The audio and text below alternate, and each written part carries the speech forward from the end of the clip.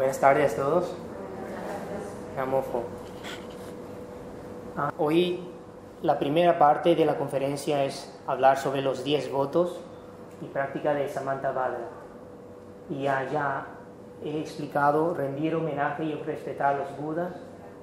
Segundo, dar a conocer y elogiar a los Tathagatas. Y tercero, hacer ofrendas en abundancia a los Budas.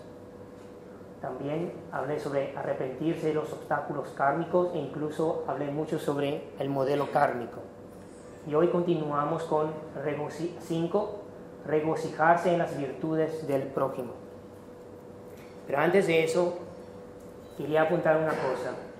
Voto 1, 2 y 3, aquí se trata de elegir a los iluminados como un maestro.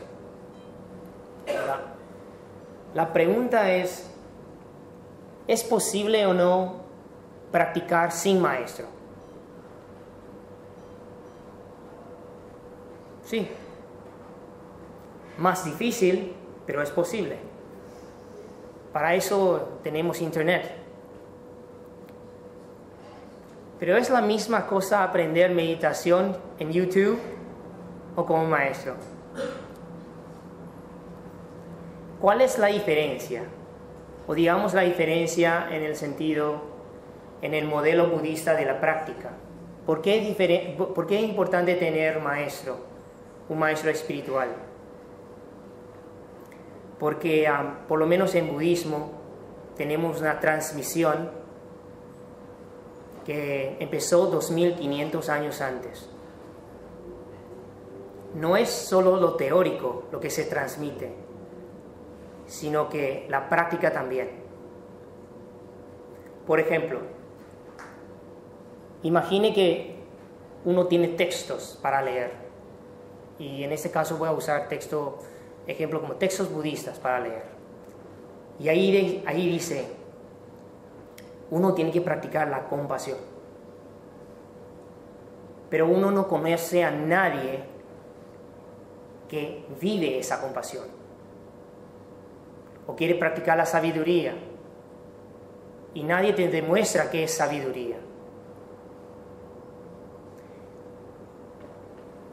Aunque el Buda Shakyamuni, 2500 años antes, realizó y descubrió la verdad universal por sí mismo. Pero él antes de esto también intentó buscar maestros. Y los que han escuchado mis charlas sobre la biografía del Buda saben que él buscó. Y en sus etapas el principio tuvo guías. Y estaba agradecido por todo lo que ellos le enseñaron. Pero llega una etapa que él tiene que descubrir y vivir y encontrar la verdad universal por sí mismo. Pero ese proceso, y vamos a llamarlo la búsqueda de la verdad universal, es una jornada en que uno trata de encontrar personas que por lo menos viven, si no por completo o parcialmente, esa verdad. Entonces tratar de aprender con ellos. Y por eso en ese voto, los 10 votos, empieza hablando de la relación de uno como el buscador, como alumno, y tratando de encontrar su maestro. Sea budismo, sea en cristianismo, sea musulmán, sea cualquier religión, pero uno estando en la búsqueda quiere un maestro para emular, para aprenderlo. Okay. Y un término que yo empecé a introducir la vez pasada era receptáculo de Dharma. Según los textos budistas, cada uno es un receptáculo de Dharma, no de basura. Dharma significa enseñanzas. Dharma significa la verdad que buscamos. Dharma significa todas las cosas que nos hacen despertar y no estar metidos en la ilusión. Entonces, siendo un receptáculo cada uno de nosotros, y es por eso que el cuarto voto, limpiamos el receptáculo. ¿A través de qué?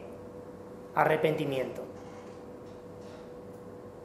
Porque una persona que no se da cuenta de sus errores, sus transgresiones, aunque tenga mucha voluntad de aprender, pero no limpia su receptáculo y empieza a meter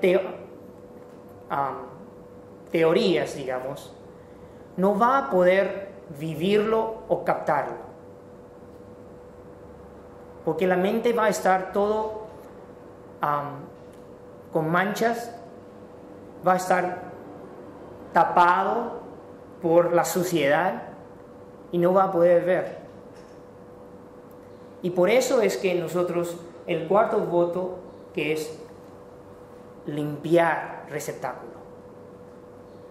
Ahora, ¿qué pasa después de la limpieza? Y esa limpieza no es que uno lo hace una vez y ya está.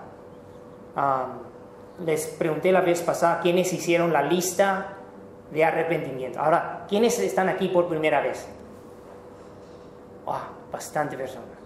Bueno, entonces, ustedes tienen que hacer una tarea que los otros ya hicieron. La lista de arrepentimiento.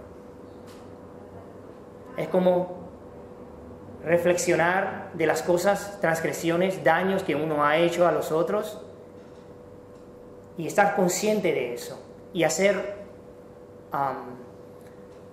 una decisión que uno quiere mejorar y no quiere dañar a los otros de la misma manera. Okay, entonces, después de limpiar, ¿qué pasa con el 5 voto? Regocijarse en las virtudes del prójimo. El regocijo es cuando alguien hace algo bueno que beneficia a los otros, entonces uno se pone feliz. ¿Fácil o no? Es una de las cualidades más difíciles humanas. Este 5 voto, el 5.º voto, es para brillar, hacer brillar ese receptáculo de Dharma. Antes de llenar el receptáculo. Uno lo limpia y después lo hace brillar. Okay. Virtudes. Virtudes incluye méritos. Ahora tengo que darle una definición, para que sepan la diferencia entre méritos y virtudes. Cuando uno ayuda al otro pensando que si le ayuda al otro, el otro le va posiblemente retribuir con una sonrisa, con un regalo, con buenas palabras. Entonces uno está acumulando méritos a través de esa acción de ayudar. Pero cuando uno ayuda al otro porque no ve la diferencia y tiene la mente imparcial de no hay una diferencia entre yo y el otro, y yo lo estoy ayudando porque necesito, porque es parte mío, tengo que ayudar por ayudar, sin querer algo de vuelta. Entonces eso genera virtudes. Entonces, la mayor diferencia entre mérito y virtud es el ego. uno puede estar ayudando a los otros sin querer. Y he dado ese ejemplo anteriormente muchas veces. Una persona que limpia la calle, su trabajo es limpiar la calle. Entonces, limpia la calle, que es su trabajo, y va a ganar su sueldo, y lo limpia bien, entonces genera méritos, porque lo limpia bien. En cambio, a alguien que no lo limpia, no hace su trabajo bien. Y hay otra persona que lo limpia felizmente, porque sabe que limpiando la calle la gente le va a poner feliz. No va a haber obstáculos para los coches. Entonces lo limpia con una mente más allá del sueldo. Entonces va a generar no solo méritos, sino también virtudes. Entonces ese voto, regocijarse en las virtudes del prójimo, está hablando no solo de virtudes, sino incluye méritos. Okay. La regla general es, cuando uno genera virtudes, ya viene con méritos. Cuando uno genera o acumula méritos, no necesariamente genera virtud. Okay. Pero ese voto incluye ambos. Ahora, ¿por qué es difícil regocijarse? Porque el humano tenemos algo muy fuerte: envidia. La envidia, los celos. Vamos a explorar este tema. ¿Quiénes saben por qué uno se siente envidia por el otro? ¿Quiénes no saben? No están dormidos, ¿no? Pero están pensando. Le propongo diferentes sujetos. ¿Será que y estamos hablando de la otra persona? ¿Es fácil o no sentir celo? Celos es plural, ¿no? Sentir celos por alguien que uno considera en un nivel inferior. ¿Es fácil o no?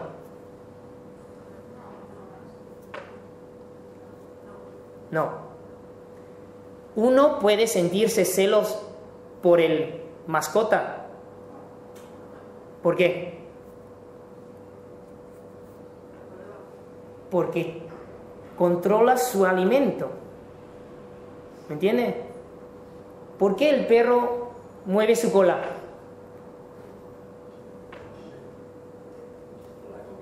Por la comida. Hay una cosa en cambio. Es decir, que uno está en una posición, digamos, más alta. Entonces, celos es fácil de generar cuando le surge más natural cuando está tratando a alguien que uno considera como en un nivel más bajo o no. No. Ahora, subimos el nivel un poco a una persona de su nivel, económico, intelectual, cualquier cosa. Es fácil de surgir envidia o celos y celos, ¿no o no? Más fácil. ¿Por qué? Hay competencia. El ego.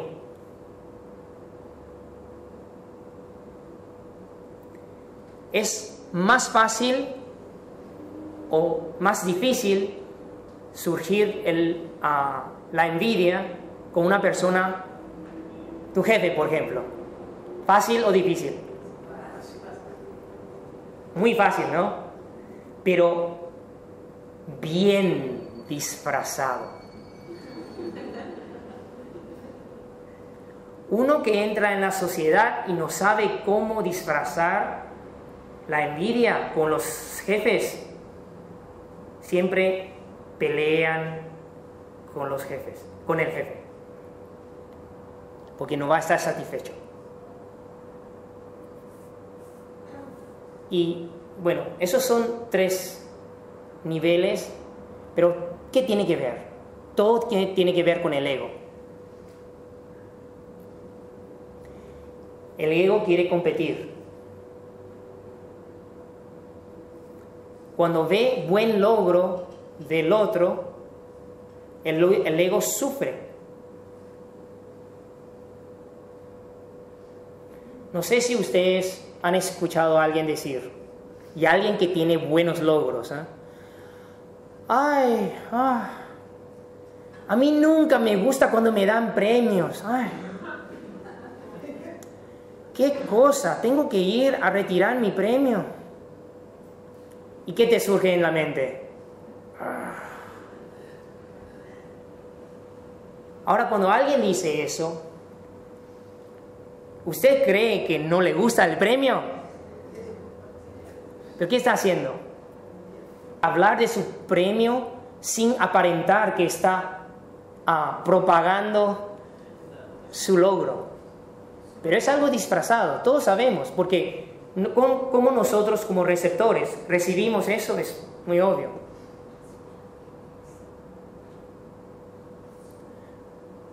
El ego humano, por el egocentrismo nuestro, es difícil de sentir regocijo automático con buen logros de los otros.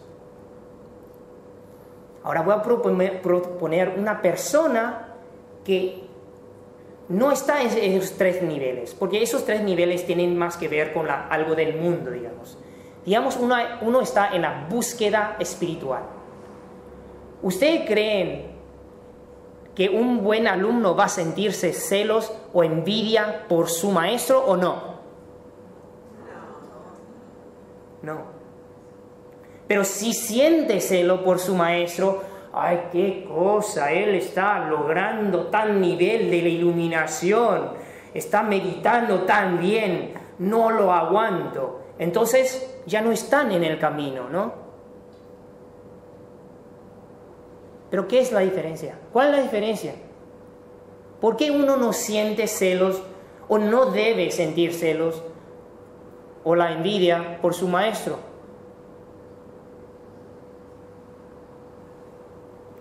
Porque la práctica espiritual, el criterio de esa práctica espiritual es que uno está reduciendo ¿qué? La codicia, la ira y la ignorancia. Entonces, si uno está practicando para ese fin, ¿cómo puede quejar o tener celos de alguien que lo está logrando?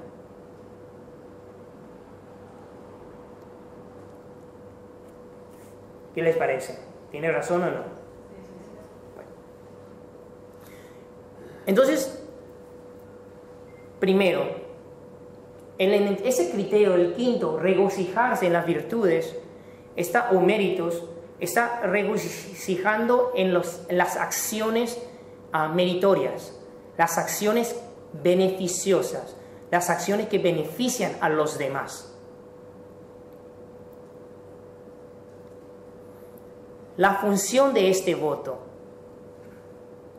es para contrarrestar la envidia, los celos y hacer surgir una mente abierta y bondadosa que es imparcial. Es decir, en una práctica, si uno, no siente envidia por el maestro, pero muchas veces y muchos grupos espirituales, ¿ustedes creen que la gente no se pelean? Los practicantes, los compañeros. ¡Ay, qué cosa! ¿Por qué esa persona está guiando al grupo hoy? Yo soy mejor. Entonces uno ya está generando algo que no corresponde en esa práctica. en vez de estar feliz que esa persona está guiando y uno se regocija del logro de esa persona, uno empieza a pensar, ¿por qué no yo? ¿Por qué no me eligieron a mí? ¿Qué tengo que hacer para que me noten?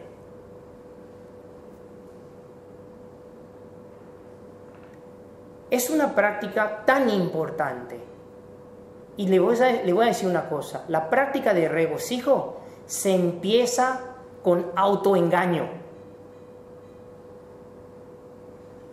¿Qué quiero decir?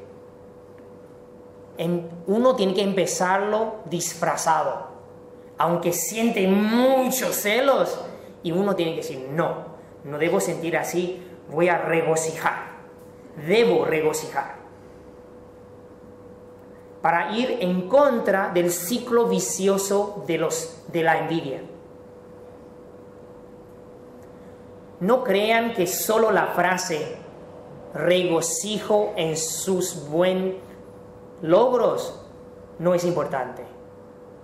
Es lo que nos enseñan como novicios. Nosotros como novicios, para ser monjes practicantes, recitamos esos 10 de memoria todos los días. Y cuando envidia surge y uno recita, regocijarte en las virtudes del prójimo. Al principio. Porque para cortar ese ciclo vicioso, uno tiene que tener técnicas.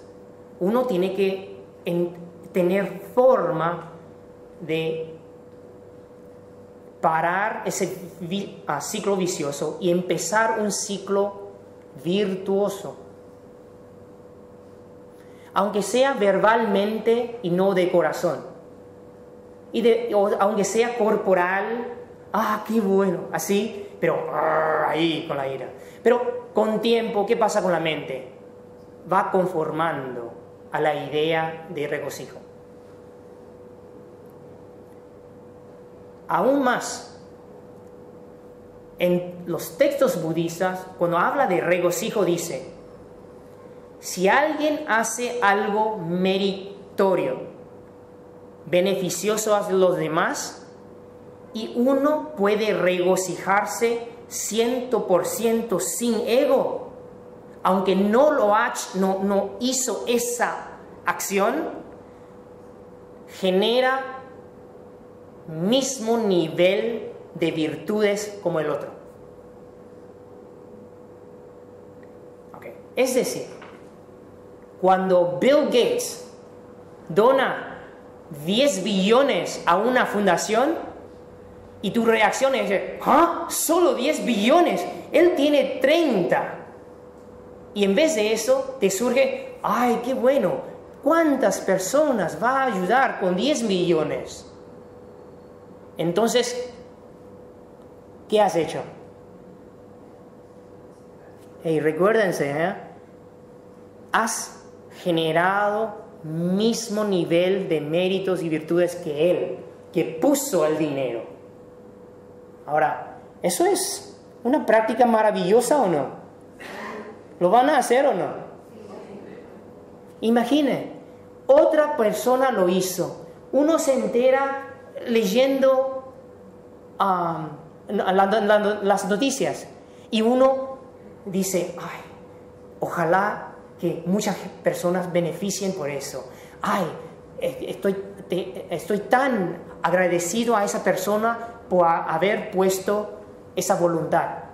Solo eso, regocijar, y ya comparte y ya tiene, ya ha generado esos méritos.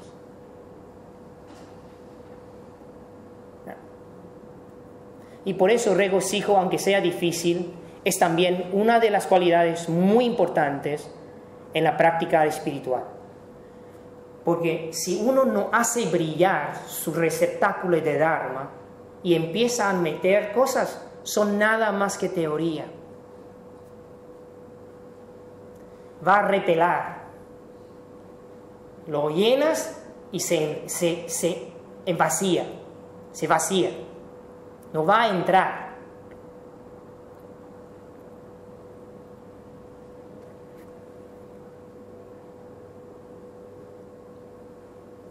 Eligiendo maestro,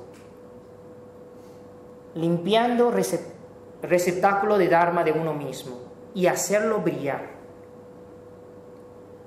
No importa cuán grande o pequeño es la acción hecha por el otro. Eso prepara uno para el próximo voto.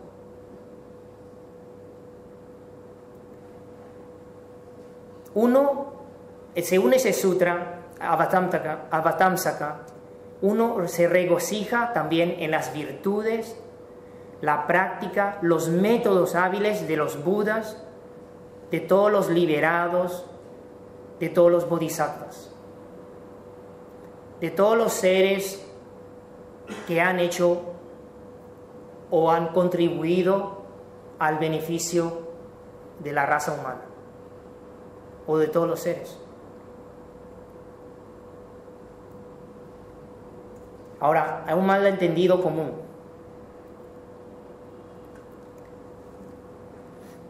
Regocijarse en cualquier cosa. Alguien te dice, mira, ayer fui al restaurante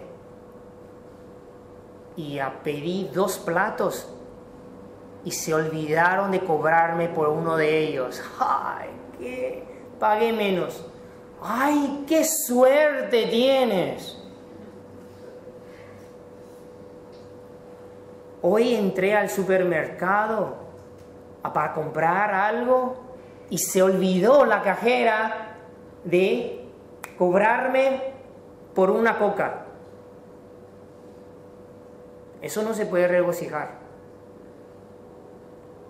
Regocijar es muy específico en que tiene que ver con las acciones meritorias. Acciones que generan bondad, genera beneficio a los otros. Con nuestro receptáculo de Dharma limpiado y pulido, entonces ahí hablamos del sexto voto. Suplicar a los Budas que giren la rueda del Dharma. Okay. Rueda del Dharma. ¿Qué es la rueda del Dharma? Dharma significa enseñanzas, verdad universal. Rueda de Dharma es como en la antigua India consideran girar la rueda es difundir la enseñanza. Y esa rueda en la antigua India tiene 8 axis o spokes, como se dice. La rueda tiene ejes, ¿no? Ya, o rayos. Esa rueda tiene 8 rayos. Y 8 rayos, cada rayo representa una de las noble octuple sendero. Es la práctica espiritual. 8 aspectos de la práctica. Suplicar que los Budas giren la rueda es porque uno se ha preparado su receptáculo para recibir la enseñanza.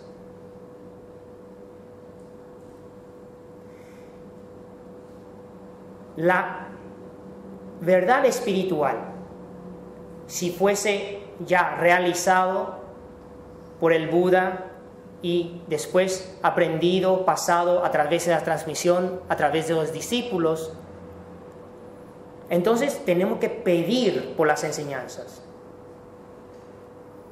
Ustedes saben que en la antigua India, el Buda cuando llega a un pueblo, a un pueblito, a un lugar, él no se pone a enseñar enseguida. No. La gente viene y le piden que él enseñe.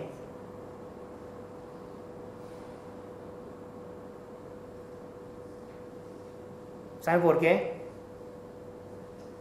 Porque su idea no es convertir a nadie a ser budista.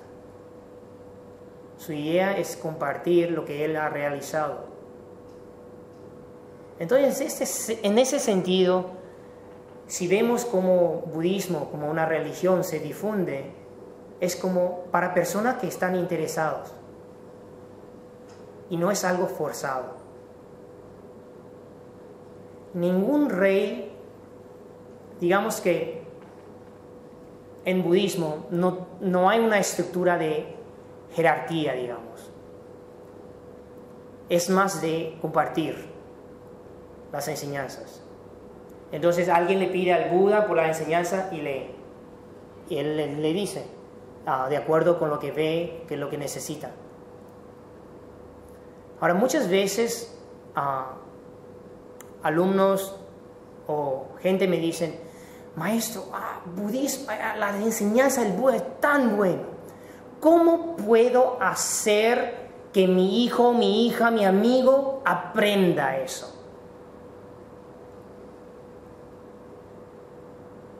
¿Sabe cuál es la respuesta?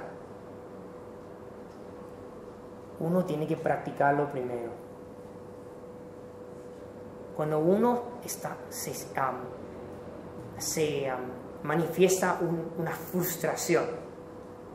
¡Ay! ¡Qué pena! Mi hijo siendo tan ignorante, mi amigo tan ignorante, no quiere meditar, no quiere aprender.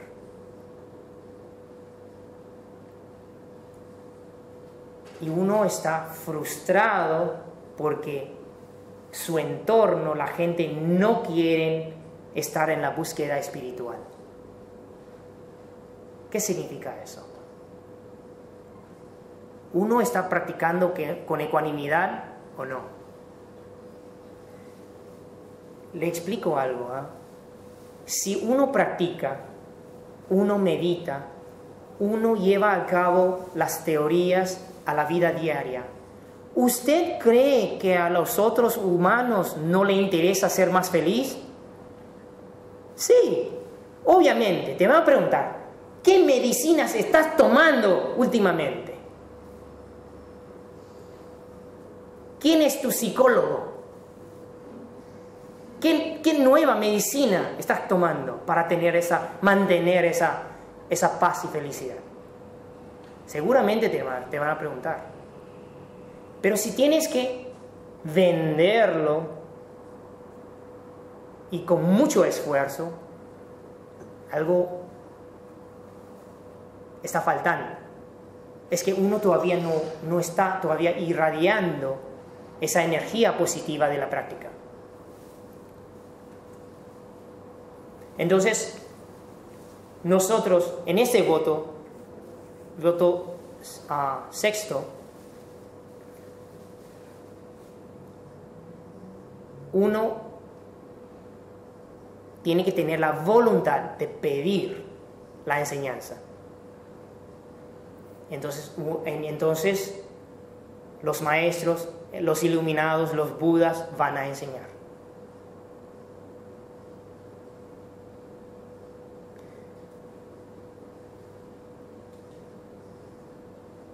Hay otra razón que nosotros pedimos por las enseñanzas.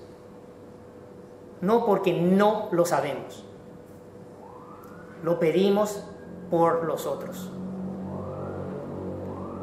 Y por eso en textos budistas siempre hay discípulos que preguntan. Hacen una pregunta al Buda y así inicia una sesión de pregunta y respuesta en que el Buda puede responder. Y muchas veces los discípulos, los alumnos ya saben la respuesta, pero hay muchas personas que no. Entonces inician algo para que para que algo pueda empezar, digamos. Y nosotros muchas veces, escuchando a los otros maestros mayores enseñar, hacemos preguntas consciente de lo que tal vez le va a importar o ayudar a los demás.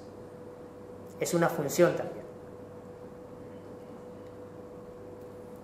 Suplicar. Suplicar significa querer con mucha gana. ¿Cuál es lo contrario de suplicar? Difamar, menospreciar. Una de las cosas que los practicantes espirituales tratamos de no hacer es difamar o menospreciar o hablar mal de algo que no conocemos, porque es muy peligroso.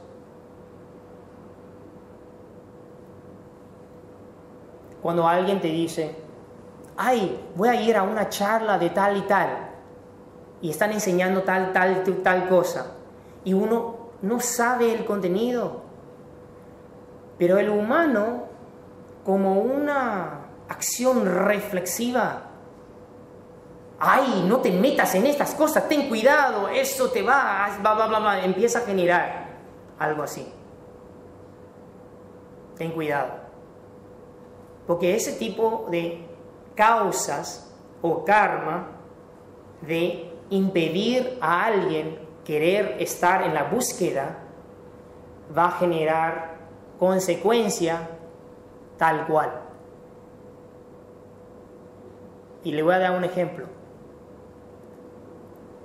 Uno decide y quiere ir a una conferencia, a escuchar a algo, ya quiere ir. Y ya hizo todo posible para estar.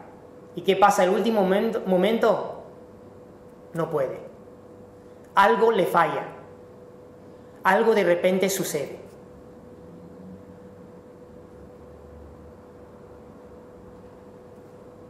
¿Por qué?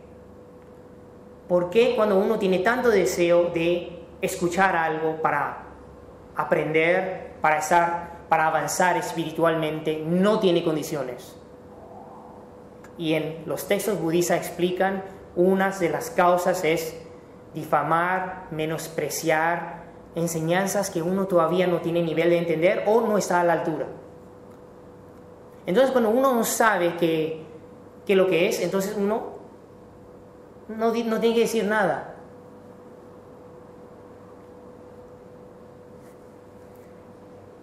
Entonces, suplicar por la enseñanza del Dharma es una actitud ¿qué? Proactiva. Una actitud proactiva para que uno, por vidas y vidas, puede seguir transmitiendo, puede ir caminando en esa jornada con buenos maestros, buenos compañeros.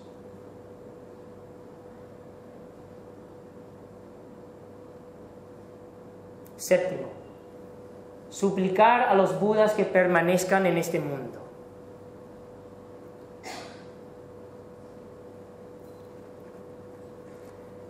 Budas son los perfectamente iluminados. Son los mejores consejeros espirituales desde el punto de vista de un budista. Su guía puede hacer que nuestro viaje espiritual, esa jornada, se haga mucho más fácil y con menos obstáculos. Los maestros no solo sirven para hablar de las enseñanzas. En el sentido budista, los maestros sirven para guiar y para mostrar cómo es la teoría manifestada en vida diaria. Y por eso en textos budistas dice, ¿qué es un maestro espiritual? Uno que puede enseñar y lo vive es un gran maestro. uno que lo vive pero nos puede enseñar es un buen maestro. Uno que lo dice pero no lo vive, aún es un maestro.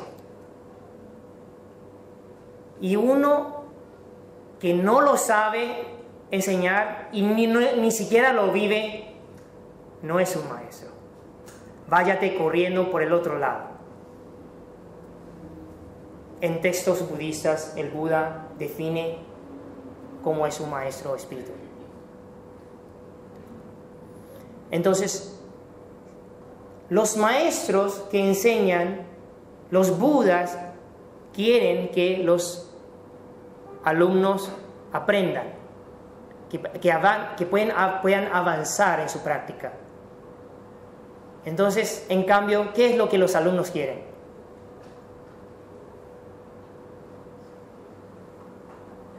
Que viven más tiempo.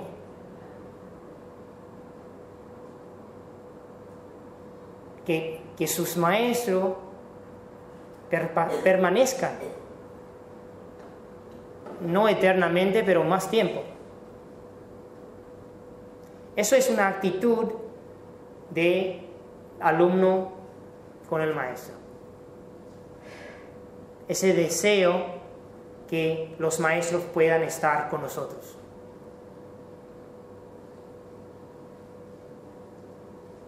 Ahora también suplicar que permanezcan por otra razón. Y le explico, ¿no?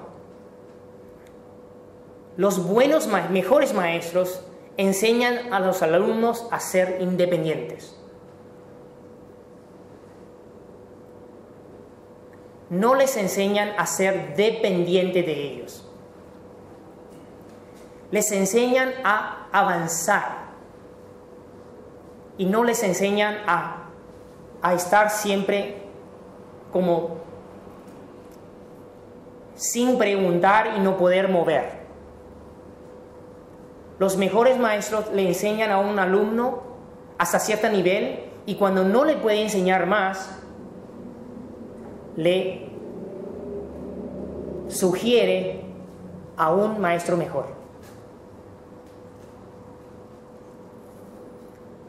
Cuando los practicantes suplicamos que los Budas permanezcan en este mundo, ¿qué estamos haciendo? Estamos suplicando también por los seres.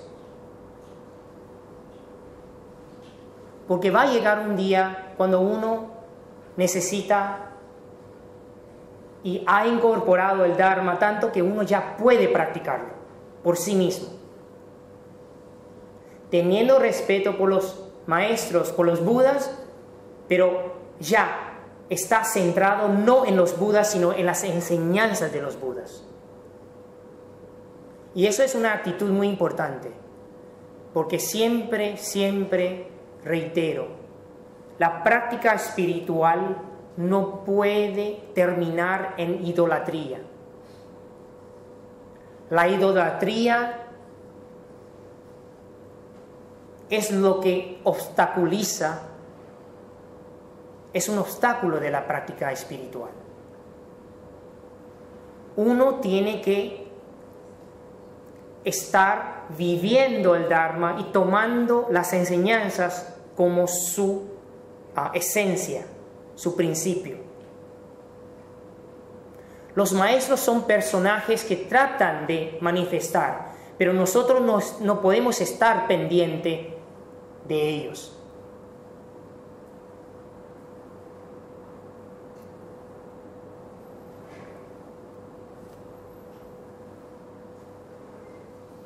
Entonces, uno pide por la enseñanza y uno quiere que la enseñanza siga. Y después el octavo voto, que es seguir las enseñanzas de los Budas siempre.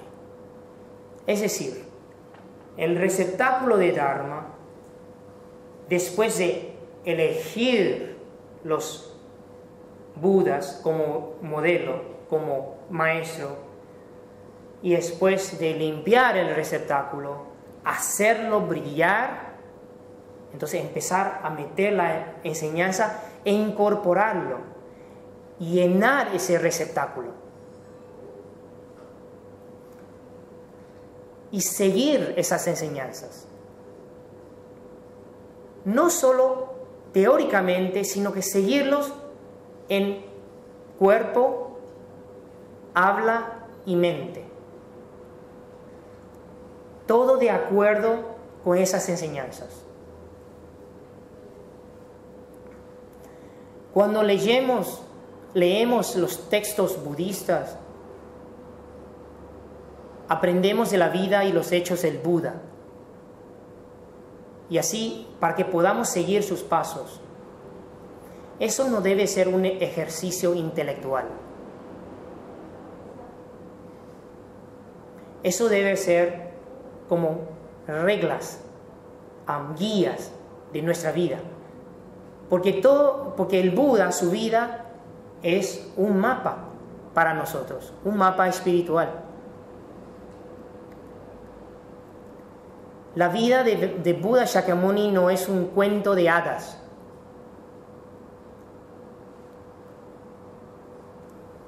Es una indicación a cómo iluminarse. El hecho que todos los textos budistas hablan con un criterio, y un criterio muy importante es, todas las acciones, todo lo que hacemos, tiene que ir de acuerdo con la reducción de ¿qué? Codicia, ira e ignorancia. Un practicante espiritual no está buscando un logro mundano, no está buscando fama, busca estabilidad económica, pero con la mente centrado en reducir su codicia, ira e ignorancia.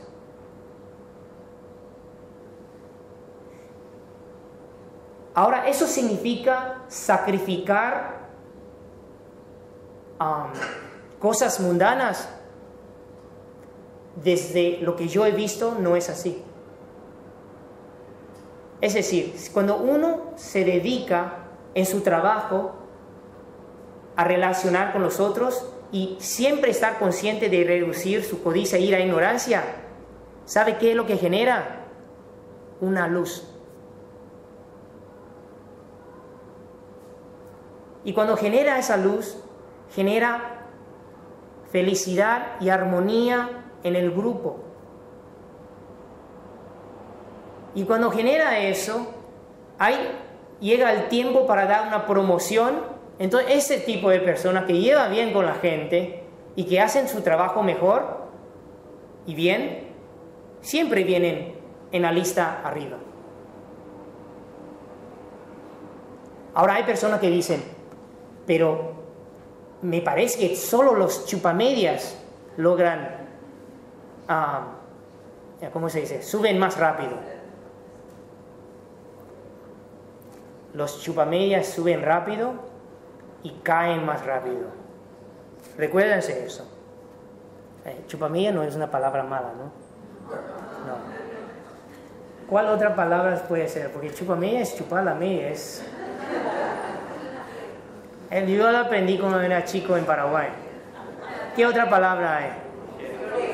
¿Ah? Oreja.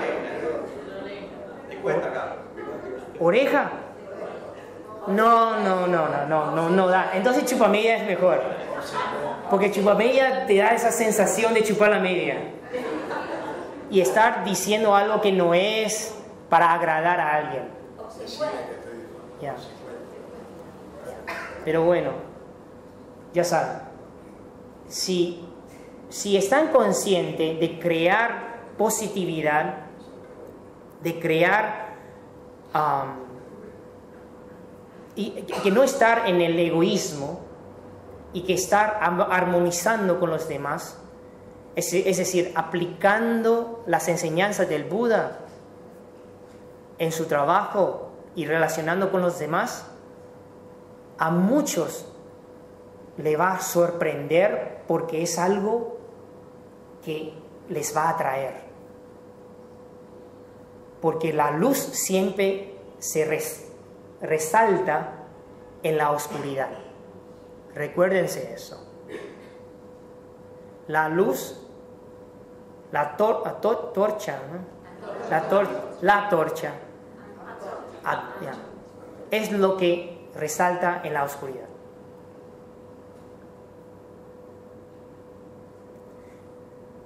El Buda, seguimos su ejemplo, los de los Budas. Seguimos su actitud, seguimos sus acciones. Él fue humano.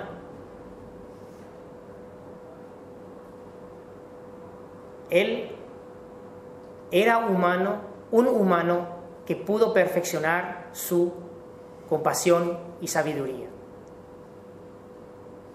Entonces, si somos humanos, tenemos la misma potencial. Ese potencial es muy importante que nosotros no nos menospreciamos y no nos limitamos. Porque mucha gente dice, yo soy así, pero yo soy así, yo soy humano y por eso. Subconscientemente uno ya pone una tapa para su logro.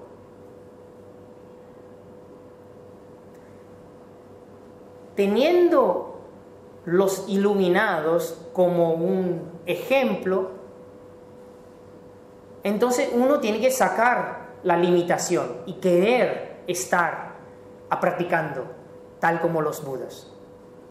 Y uno tiene que estar muy consciente que es posible ese camino. Porque 2500 años antes hubo un Buda y después va a haber muchos Budas, muchos iluminados aún. Y en el proceso hay muchos bodhisattvas, individuos humanos, seres humanos que aspiran hacia la iluminación. Es decir, esa jornada está llena de gente. Entonces uno no puede poner una tapa. Tiene que liberarse de esa tapa.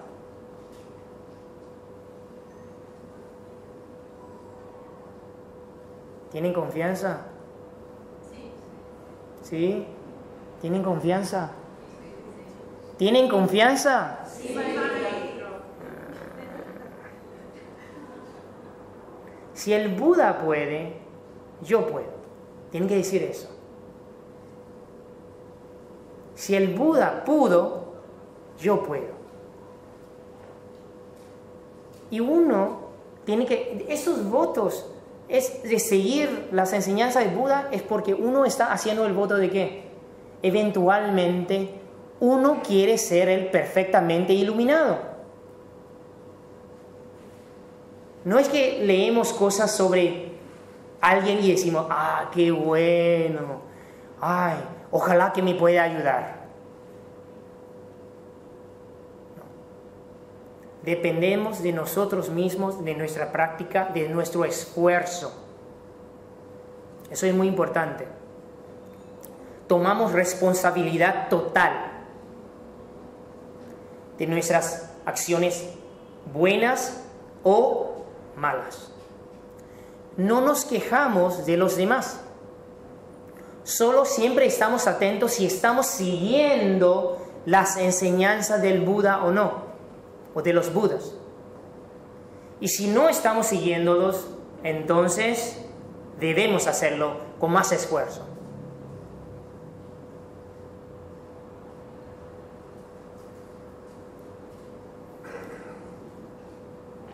Los Budas, los iluminados. Cuando uno llega a la budidad, entonces ya termina de practicar. No. El Buda Shakyamuni, hay cuentos. Yo sé, a todos les gustan cuentos. Y hay 5 minutos para contar cuentos. Un día y estamos hablando del Buda como iluminado, estaba con sus alumnos y en un lugar de retiro. Y él pasó por la habitación de alguien y vio un monje viejo en el cuarto, como así, solo, pero él olió que hay un mal olor saliendo del cuarto. Entró a ver ese monje y le preguntó: ¿cómo estás? ¿Qué estás haciendo aquí adentro? Y dijo que él dijo que estaba enfermo. Y el Buda preguntó: ¿y por qué tus compañeros, nadie te ayudó o te están cuidando? Y él dijo que porque yo no llevo bien con nadie. Y por eso no podía moverse para ir al río, para bañarse. Entonces ya tiene olor. Entonces el Buda fue al río, mojó su propia ropa, porque en esa época ponían una tela nada más. Es una tela que cubre el cuerpo. Entonces mojó su túnica, volvió y le limpió al monje, a su alumno. Y otros monjes que pasaron por esa habitación vio al Buda limpiando a un alumno. Y dijo: ¡ay, Buda, ¿por qué usted está haciendo? ¿Por qué está haciendo ese trabajo? Déjalo a nosotros. Y el Buda dijo, su respuesta era: los iluminados nunca quieren perder la oportunidad de acumular más méritos a través de beneficiar a los seres. Es decir, que la iluminación, aunque nunca termina, aunque perfecta, no termina. La práctica sigue, es lo que es. Y también dijo: el campo de mérito de cuidar a los enfermos es un campo de muchos méritos. Es muy grande ese campo.